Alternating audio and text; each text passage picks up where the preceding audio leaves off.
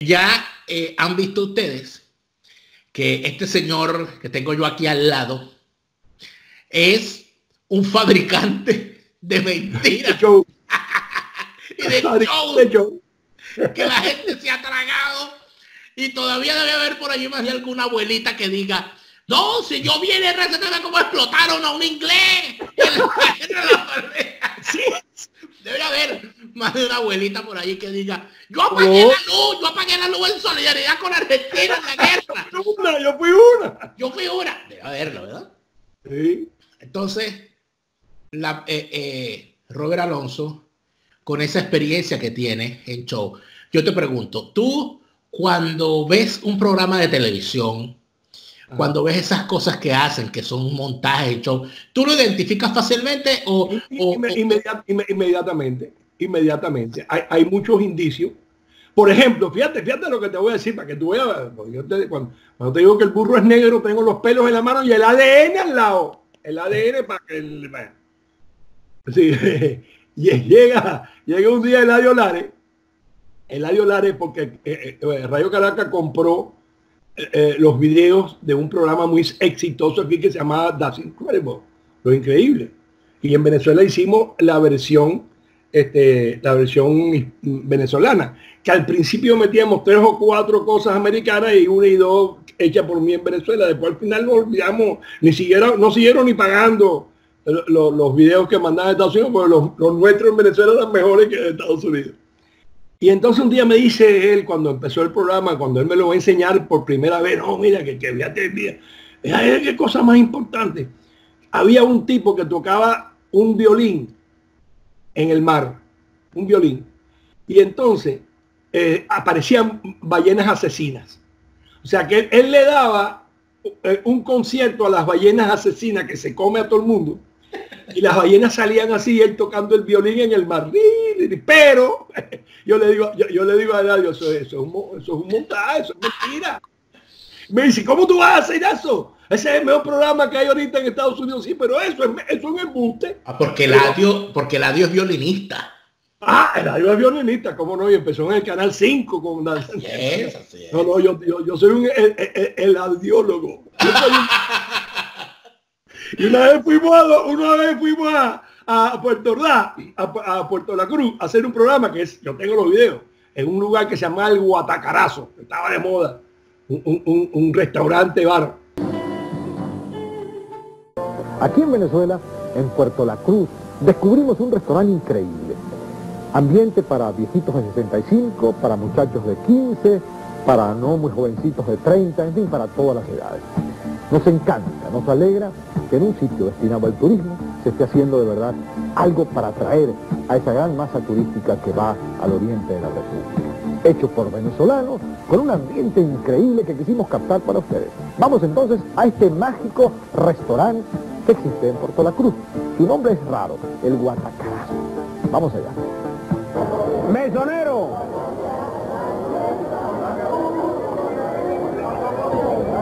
Señor, por favor, yo quiero un chacachaca sin licor, si es tan amable. Gracias.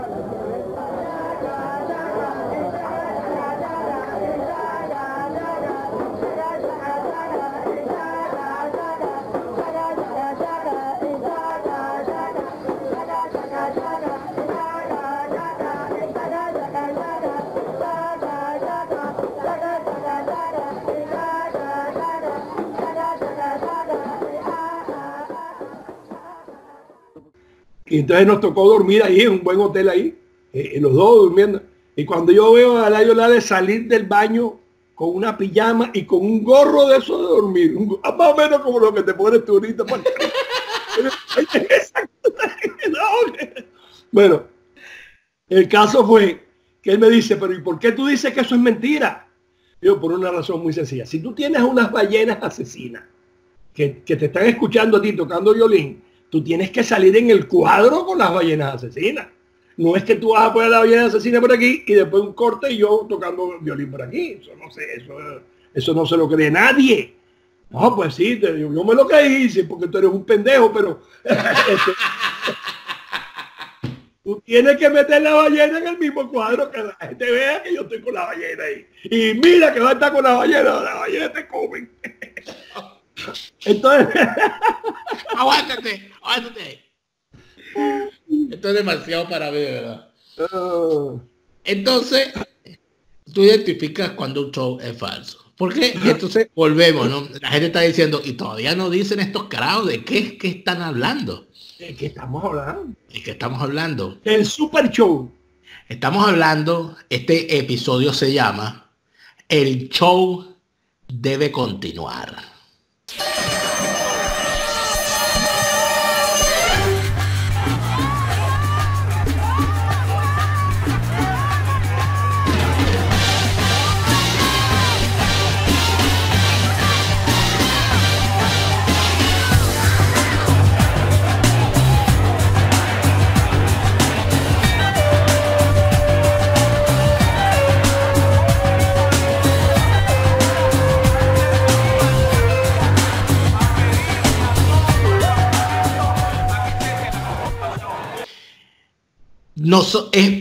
Con este experto que tenemos en show, que identifica fácilmente cuando se hace un show, porque él es fabricante de shows.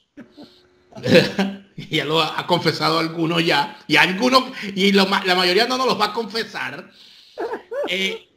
Bueno, hay un show en Venezuela donde unos simulan que gobiernan y otros simulan que se oponen. Pero además de eso, hay una cosa impresionante dentro de toda esta vaina. Que dentro del bando del régimen se desgaja un sector que dice que hacer un show diciendo, no, estos son unos falsos chavistas, nosotros somos los chavistas originarios. Esto no tiene nombre, esto es para un especial de lo increíble. Y en el bando opositor falsario y prostibulario salen unos que dicen, no, estos son corruptos, y los otros dicen, no, ellos son más corruptos, y sale uno que dice, yo soy el presidente de la asamblea, y el otro sale y dice, no, más presidente soy yo, y sale Diosdado y dice, no, ninguno de los dos, aquí el parlamento soy yo. Y entonces se arma este peo, chico. Show. Y entonces yo te digo a ti, vamos a suponer que tú fueses el productor de este show, ¿no? Sí. Entonces, ¿cómo explicarías tú este show? O sea, ¿cómo lo explicarías? Bueno, aquí está pasando esto, aquí que viene la fase tal, aquí viene, bueno, ahorita se va a lanzar un tipo en Benji, se le va a romper la cuerda y se va a tirar para el piso. ¿Qué es lo que va a pasar aquí? Porque ya hemos visto, mira, ya hemos visto traiciones. Sí, hemos visto cómo han golpeado. Traiciones entre comillas también, olvídate de eso. Traiciones, pactos. Hemos visto llantos, hemos visto gritos, hemos visto saltos de reja, trajes rotos, todo eso. ¿Qué va a pasar? ¿Qué falta en este show? No. Es impresionante. Me tienes sudando, Robert. Estamos sudando. Resulta que la guarimbera mayor me dijo, aquí cabe el título de ese programa que te digo que fue uno de mis favoritos, porque recorrí toda Venezuela tomando cosas típicas de cada lugar. Se llamaba Venezuela, un original que no tiene copia.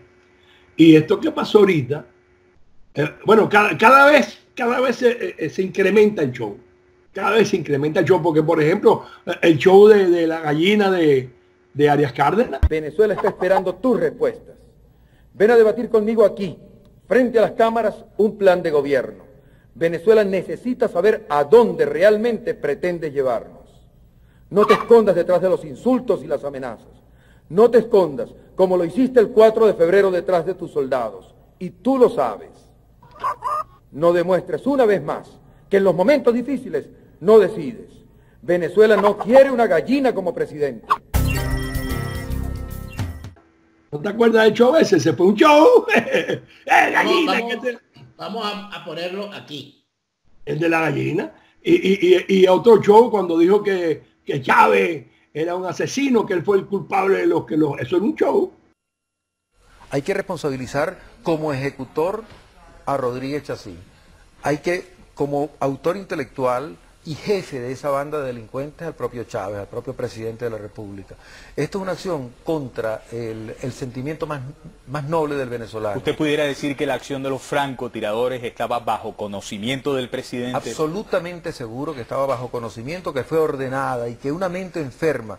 Mire, tenemos que entender los venezolanos, y todos los venezolanos, y le hablo todavía a los que tienen un poco de fe, guardan fe y esperanza, quítense la venda de los ojos. Estamos frente a un asesino, con toda la extensión de la palabra, una persona enferma, un paranoico, enfermo de poder, que cree estar poseído de una tarea histórica, destruyendo y matando venezolanos. Y esa gente que está allí, como el responsable de dar la orden de asesinar venezolanos, tienen que pagar su culpa. Por las normas de la democracia, de la paz y de la convivencia, tienen que pagar su culpa. Lo que no se puede es apoyar un minuto más, un segundo más, por favor. Le hablo a la gente del Quinta República, le hablo a los venezolanos todos de bien, pero sobre todo me importa hablarle a los compañeros de armas. No podemos seguir defendiendo, no pueden ustedes seguir defendiendo esta ignominia. Un presidente asesino manchado con la sangre de los venezolanos. Bien. Después supimos que estábamos seguros después con show. Ahora, este show, yo iba a comenzar el programa de otra manera, pero yo iba a comenzar el programa pidiéndole perdón a mis televidentes, a mis seguidores, por haberme equivocado de punta a punta. Pues yo vengo diciendo que esto es una tiranía y una dictadura, no una dictadura, una tiranía. Y que dice, no, ¿cómo es eso? Me equivoqué. Este es el país más demócrata del universo sideral. Bueno, tiene dos presidentes, tiene dos tribunales de justicia, tiene tres presidentes, dos tribunales de justicia. Es más, yo estoy pensando en hacer las maletas, y tú también deberías hacerlas, para regresar a Venezuela. Porque, no, chico, te volviste loco. No, porque por ejemplo, este tipo Guanipa, que estaba en la clandestinidad, y de la clandestinidad salta a la primera vicepresidencia de la nueva asamblea. Impresionante. Oye, eso es. Pero entonces, pero Robert, pero es que no es más. Ajá. Cuéntame. Cuando yo hacía los shows, yo me cuidaba de muchos detalles, ¿no? Aunque mira, resultó ser que era tan fácil engañar a la teleaudiencia que uno después ya perdía el interés por los detalles. Pero por ejemplo, un detalle que se le faltó al presidente Juan ¿cómo se? Juan Gerardo Antonio Guaidó Márquez. Exacto, Juan Gerardo Antonio. Primero de su nombre. Exactamente. El hombre llega y en un video, que posiblemente él a lo mejor no se daba cuenta que lo estaban grabando, se ve cuando el guardia le dice que él puede entrar tranquilamente, que no podía entrar el que está al lado. Pero usted puede entrar. Porque la idea era que entrara, pues le dieron la orden a ese guardia, entre pero no entra el otro. Y él se negó, dice, si no entra no entro yo. Y después que no está mal. Que no está mal. Pero, o sea, yo no sé por qué, Robert, explícame esto. A ver. Porque, tú hiciste este tipo de show, espectáculo, no hiciste telenovela, ¿no? Sí, tu hermana se hizo telenovela, pero hice algunas tomas exteriores. Exacto, pero no como dramaturgo. No está mal la actitud de que él diga, yo voy a entrar, y él también, porque él también es diputado. Es completamente válido. Lo malo vino después, cuando no entró nadie y él quiso saltar la cerca. No, eso de que no entró nadie es falso, entraron. Los tipos entraron. No entró nadie del grupo. No entró el que él decía que no podía entrar. Por ese no entró. Pero después él llega y ahí donde estaba el show. O sea, el show principal era ese. A él le tomaron el otro video, tú sabes, de rebatiña, pero el show principal era él quieto. Y es más, si yo hubiera hecho ese show, si yo hubiera sido el productor de ese show, yo le corto un poquitico más el paltó para que se reviente el paltó y esto y lo otro. Pero tú no lo hubieses puesto. Tú no lo hubieses puesto. O sea, ¿a ti no te parece que ese show le faltó la sangre de utilería? Bueno, le faltó hasta un muerto y todo. Le faltó un muerto. Porque, ojo, y voy a decir una cosa que a muchos les parecerá horrible, pero hacer un show en televisión, la sangre es de utilería y los muertos son de mentira. Pero aquí han esos shows con muertos de verdad. Sí, claro. Aquí han jugado con gente y le han dicho, salgan a la calle, porque tenemos que ir a defender, y le han dado, inclusive llegaron a hacer la gran coñuemadrada, chicos, de darle a unos muchachos, unos niños, ¿vale? A unos niños, escudos de cartón. Así mismo. Para que fueran a enfrentarse a las balas. No, y han roto narices. Han roto narices. Y han roto frentes y cosas de verdad. Mira, todo es un show, todo es un engaño. Fíjate, cuando yo veo que Guaidó se proclama presidente el 23 de enero, yo le di 15 minutos. Yo digo, si a los 15 minutos no lo van a buscar, esto es un show. Esto es un show. Y por eso fue que al día siguiente, el 24 de enero, salgo yo con la historia esta de que todo el mundo iba a odiarlo más que porque eso es un show.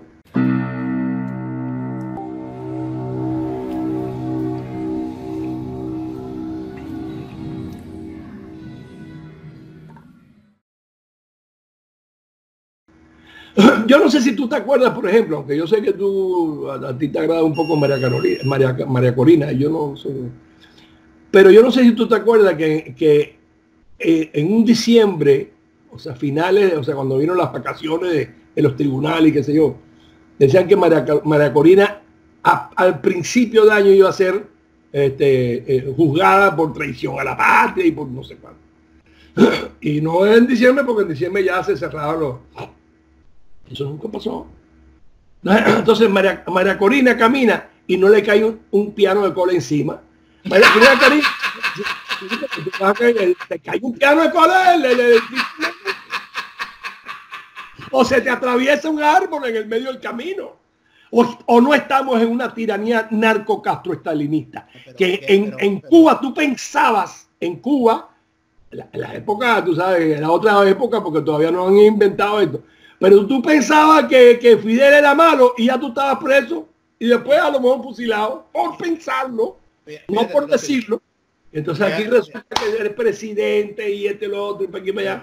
Fíjate lo siguiente, con respecto a María Corina, pero yo creo que yo debo ser el amigo más incómodo que hay en el mundo, ¿no? Porque mis amigos no tienen defectos y si los tienen se los digo en privado.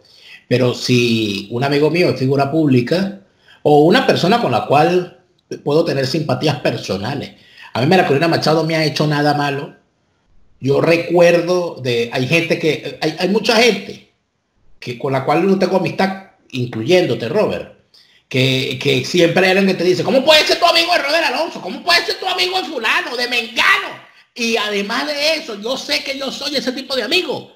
Yo sé que a Neomar Hernández le dice, ¿cómo es posible que tú andes con Daniel Lara? Y así se lo dirán a muchos más.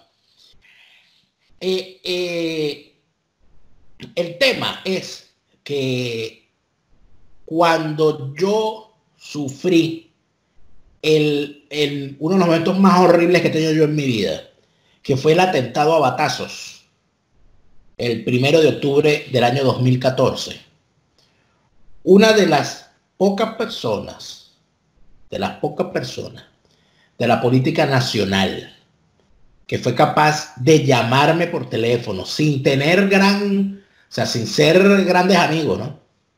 Y decirme, mire, de verdad me parece una cosa horrible que usted le ha pasado, fue María Corina Machado. Cosa que una de esas cosas no se olvida.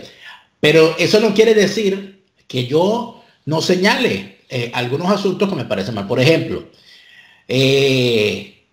a mí me parece que María Corina Machado, respetuosamente, debo decirlo, no escapa de la manía de moda en la política venezolana de hacer política frente a la cámara y al micrófono y pensar que una declaración es una acción. Y no es así. Una declaración es una declaración y una acción es una acción. Y una declaración puede venir después de una acción, o una acción puede venir después de una declaración. Pero eso de estar permanentemente, de tener un eslogan de la temporada. Entonces ya empezó la temporada 2020. La temporada 2020 empieza con un video de María Corina que venía después, y entonces esto quiero que tú me lo expliques, la cuestión de la expectativa. Y entonces ocurre todo lo que ocurre el domingo y los días previos, y María Corina Machado no había hablado en todo el año, y no se sabía que iba a ser la fracción 16 de julio, y no se sabía cosa, y ocurre lo que ocurre el 5 de enero, y yo empiezo a recibir mensajes de gente que decía, oye, tú que conoces a María Corina Machado, ¿dónde está María Corina Machado? Está desaparecida, no ha hablado. ¿Cuándo va a hablar María Corina Machado? Y se crea entonces esa expectativa. Y dice, ¿dónde está María Corina? ¿Y dónde está María Corina? Y de repente aparece ayer María Corina Machado con un video muy bien hecho, fondo azul, la presencia de María Corina viendo de frente a la cámara. Y María Corina lanza la temporada 2020 de las frases de la insurrección de las cámaras. Y la frase es, tú lo sabes. El gran dilema de cada venezolano hoy es si lucha o huye. Y el drama es que entre tanta corrupción, amenaza, tristeza, alto costo de la vida, servicios destruidos, tanta confusión, es difícil saber quién es corrupto y quién es decente. Por eso hoy la gente no quiere saber nada de política. Da mucha rabia saber que llegamos hasta aquí por plata, por miles y miles de millones de dólares que se robaron en la corrupción de PDVSA, en las minas de oro y también en la Asamblea Nacional. Aquí hay mucha gente haciendo mucha plata y por eso no los hemos sacado del poder. Si producto de esta operación corrupta de asalto al Parlamento se pierde la Asamblea Nacional, se cerraría la vía institucional, pero jamás se perdería la fuerza. El Parlamento ya estaba cercado y perseguido, pero hoy nos damos cuenta que la única institución republicana que quedaba siempre estuvo penetrada por infiltrados y por corrupción. Por eso, hoy quiero decirle a los venezolanos que si se pierde la Asamblea Nacional, de ninguna manera se perdería ni la legitimidad, ni la fuerza, ni lo que hemos logrado en nuestra causa democrática. A nuestros aliados internacionales quiero recordarles que no es un tema de legalismos, porque en Venezuela no hay ley. La legitimidad de nuestra lucha está en el pueblo venezolano decidido a vivir en libertad. La legitimidad está en el derecho natural a la libertad de cada ser humano. Ahora, ¿cómo avanzamos? 1, con la verdad y los pies sobre la tierra. 2, con una dirección política no infiltrada, que nunca más nos lleve a falsos diálogos ni cohabitaciones criminales, y muchísimo menos nos engañe con la pretensión de normalizar al país, para lo cual es muy útil elecciones parlamentarias con el régimen en el poder. Y 3, con una comunidad internacional que al fin entendió que enfrentamos un régimen criminal terrorista que solo cede ante la fuerza. Y la fuerza comienza con la fuerza moral. Un corrupto jamás combatirá la corrupción. Un infiltrado nos venderá al enemigo. Tú lo sabes.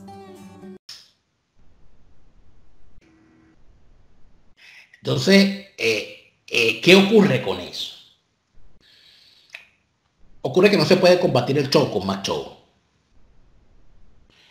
Ocurre que María Corina Machado está de manos atadas, a pesar de que ella, yo la asumo como una persona anotada en las vías insurreccionales, pero está con las manos atadas porque se encuentra dentro de Venezuela, por lo tanto tiene 2 opciones: quedarse y callarse, o irse y armarse.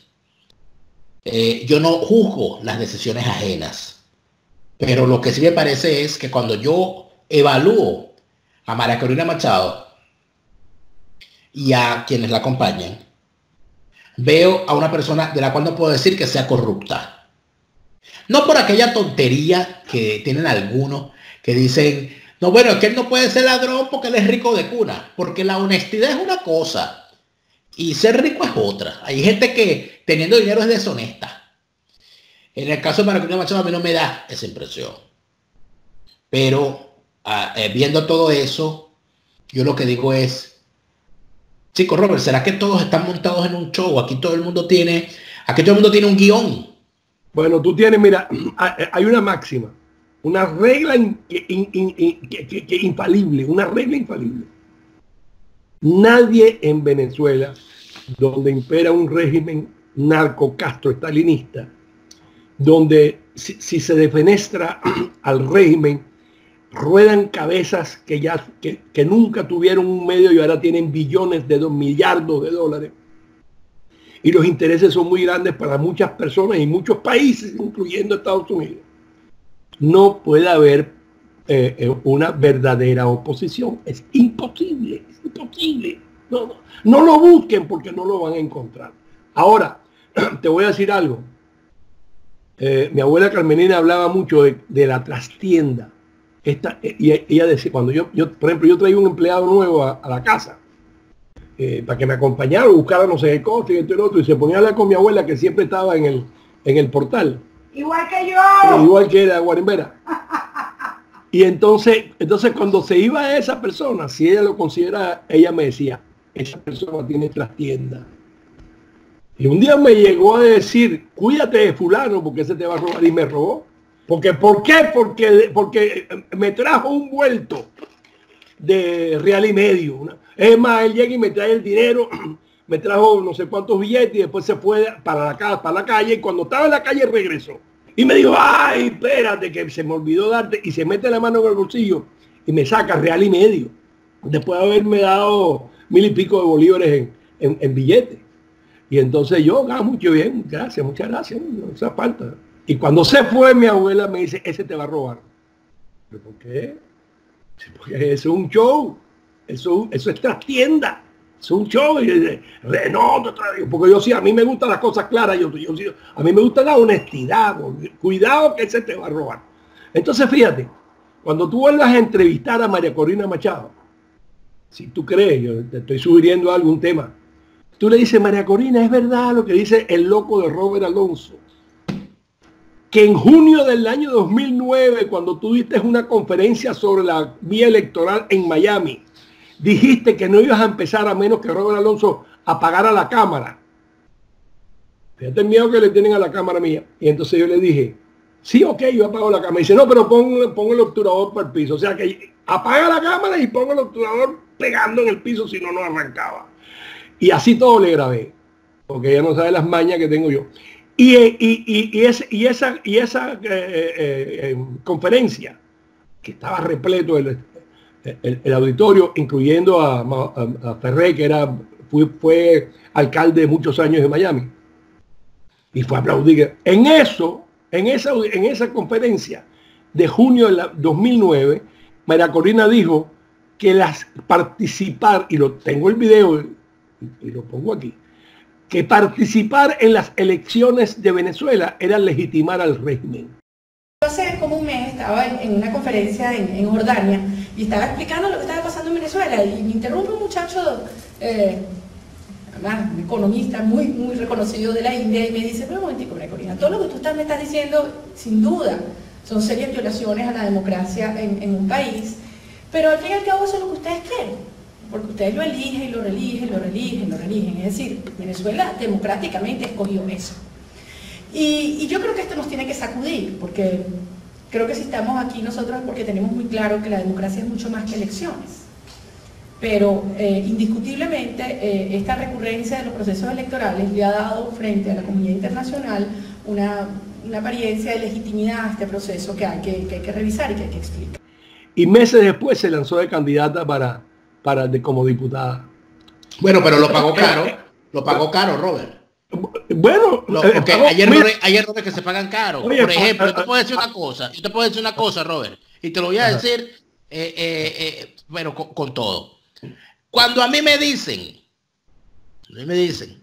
una cosa que yo digo, bueno, cosa que no tienen que andar diciendo, porque yo no tiene que estarle dando explicaciones a público de galería. Bueno, pero ¿qué has hecho tú? Ellos por lo menos están haciendo algo. ¿Y tú qué propones? ¿Y tú qué has hecho por el país? Tal? Pero mira, yo a los 17 años me metí en un partido político, en el año 98. Porque yo en el año 98, porque yo sabía leer y escribir e interpretar, ya yo estaba en la universidad. Estaba en la universidad desde el año 97. Y para mí entrar a la Universidad Central de Venezuela fue una de las cosas más importantes que me ocurrió en mi vida. Y yo me iba, mi sitio favorito de la Universidad Central de Venezuela, Robert, era la hemeroteca de la Biblioteca Central. Y yo me iba y pedía cualquier año. A mí me interesaba mucho este tema, las guerrillas, siempre me ha interesado la época de las guerrillas. Y yo pedía, yo averiguaba cuál fue la fecha del porteñazo, y yo pedía, mira, dame el mes de abril del año 62, mes de mayo del 62. Y me daba mi microfilm y yo me metía en aquella máquina y ponía el microfilm y me ponía a ver el Nacional, el Universal, lo que salía en la prensa. Tomaba nota, me acordaba de cosas. Yo eso lo hacía casi que a diario en la hemeroteca de la Universidad Central de Venezuela. Y yo sentía que era mi deber participar en política en el año 98 frente a la situación que se vivía. Porque yo sentía que había que parar a Chávez y que había que salirse de la podredumbre de la política de los dos partidos dominantes, que eran la de Copey. Y dentro de todo ese idealismo que yo pensaba que había que meterse en política y todo lo demás, ¿a quién me meto yo a apoyar?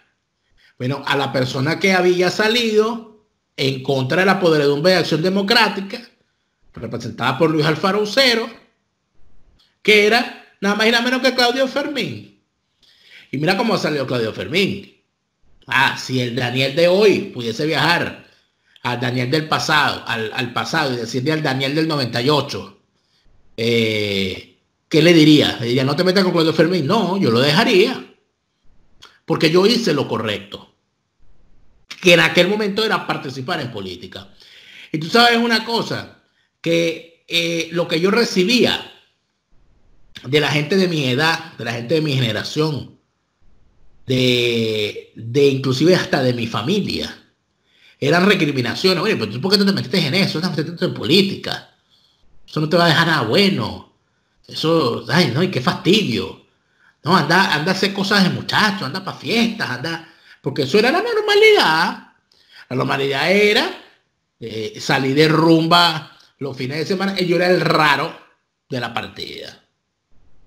Porque yo a los 18 años, yo andaba pendiente de un padrón electoral, de cuidar una mesa, de la operación Galope, de hablar con los votantes. Y yo hacía, Robert, en el año 98, campaña puerta a puerta. ¿Y con qué me encontraba yo cuando llegaba a hablar con la gente? Yo hacía política, con burlas. ¿A qué? ¿Qué es lo que tú quieres? No me hablar de política. Eso lo viví yo inclusive dentro de mi propia familia. Usted que decía, bueno, ¿y qué ganas tú con eso? ¿Tú vas a vivir de eso? Hoy sí, en día hay una diferencia muy grande entre esa época que tú estás mencionando y esta, que en entonces no había una tiranía castroestalinista.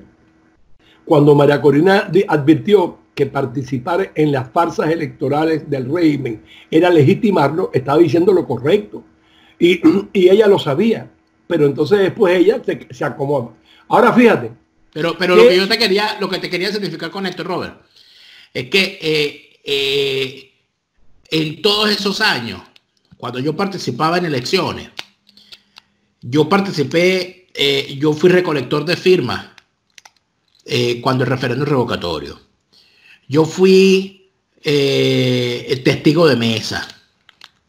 Yo fui miembro de partido, entrenador de testigos. Toda esa actividad yo la hice. Yo estuve en el aparato electoral, en la vigilancia de los votos y todas esas cosas, hasta el año 2013, hasta las elecciones que Capriles se dejó quitar.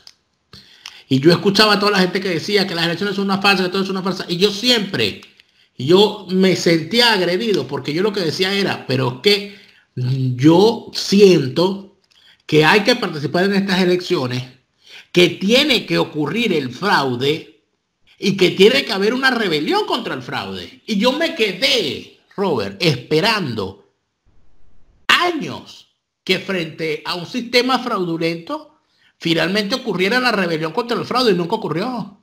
Todo lo contrario. Sino que teníamos una dirigencia política que lo que hacía era detener la gran... Porque la gente sí se indignaba. Cuando le robaron las elecciones a Capriles, por ejemplo, tengo que decirte algo. Cuando le robaron las elecciones a Capriles, yo viví otra de las cosas más impresionantes que yo en mi vida, y te lo tengo que contar.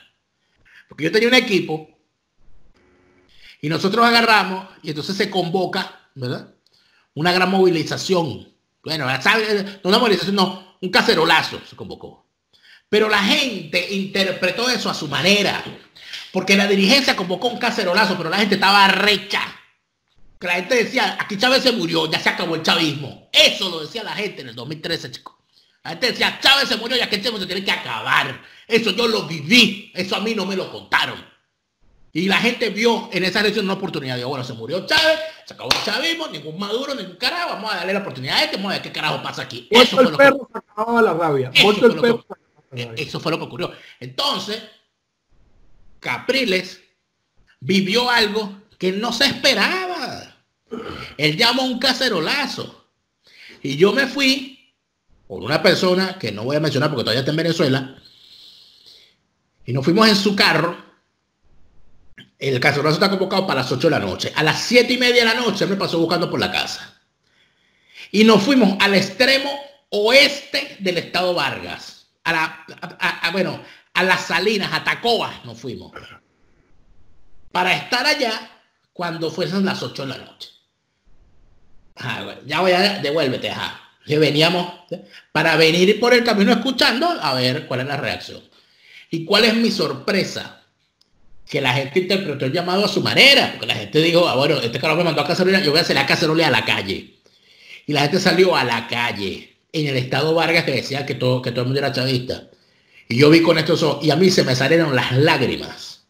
Cuando yo llegué al barrio más duro, Robert, el barrio más duro en votos del chavismo en todo el estado Vargas, era el barrio Aeropuerto.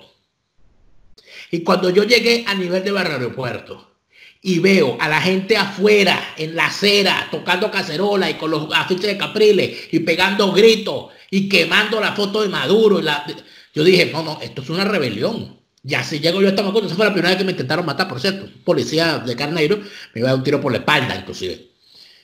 Me disparó y salió el tiro, una cosa horrible. Yo allí, yo dije, bueno, pero ¿esto qué es? Esto es una rebelión.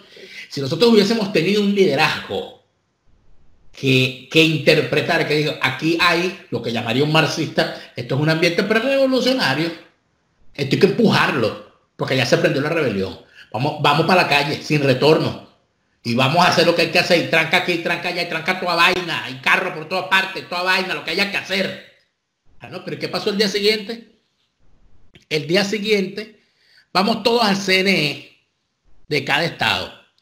Bueno, la movilización más grande, espontánea, de gente que cuando fueron al CNE a entregar la carta, todo el mundo se quedó afuera buscando a los dirigentes, a Fabiola Colmenares y a José Manuel Olivares.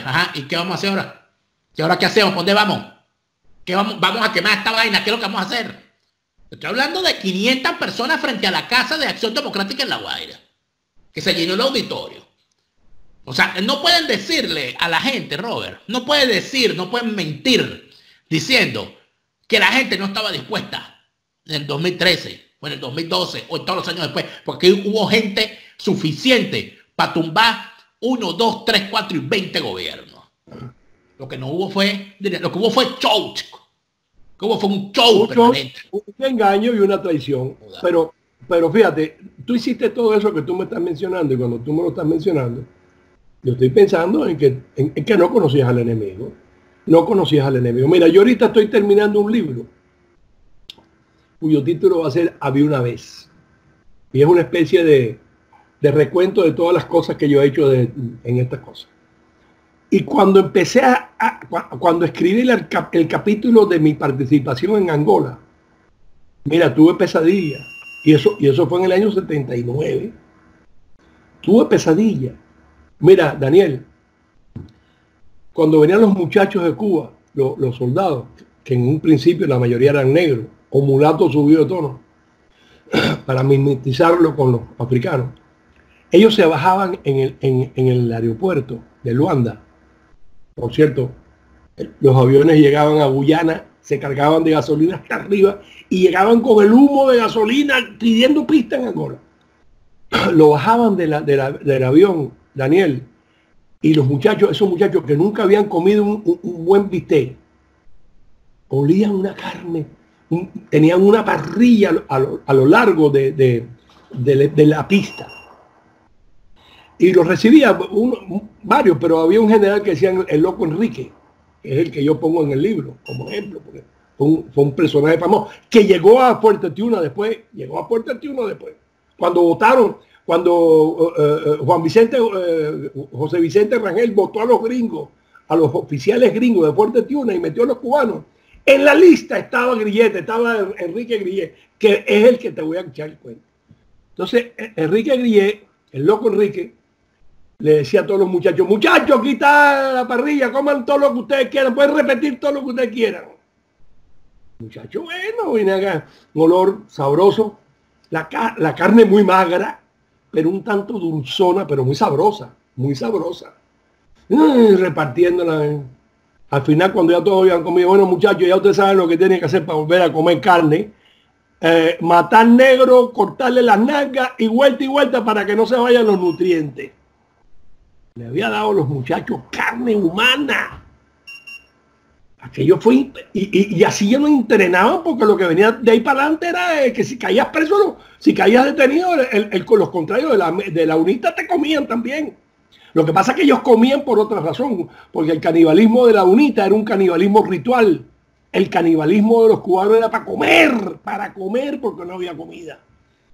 Entonces, después que yo veo todo eso, después que yo vi todo eso, después que yo estoy escribiendo todo esto, yo digo, ¿cómo es posible que en Venezuela los líderes de la supuesta oposición no hubieran interpretado que esos monstruos no podían sacarlos, ni pueden sacarlos? ¿O tú te crees que Guaidó cree que él va a sacar al régimen en la usurpación y toda esa pendejada con lo que está haciendo? Él sabe que no. Ahora hay un show, hay una parte, en este momento en el que estamos hablando, hay una parte del show que ya yo lo he visto, porque también hay otra cosa, que hay veces que uno el show ya lo ha visto y uno dice, sí, ay, ya yo esto lo vi. Ejemplo, hay una visita de una comisión del gobierno de Noruega a Venezuela para la cuestión del diálogo entre gobierno y oposición. Y ya el gobierno interino sacó un comunicado diciendo que ellos bajo ningún concepto van a participar en esos diálogos. Ya ese show tú lo has visto. ¿Qué va a pasar ahí? ¿Qué ha pasado antes? Mira, que los tipos dicen que no van a participar. Y participan. Y cuando te dicen que no van a participar, no, es peor. Cuando los tipos sacan un comunicado y dicen que no van a participar, ya están sentados. Ya están sentados participando.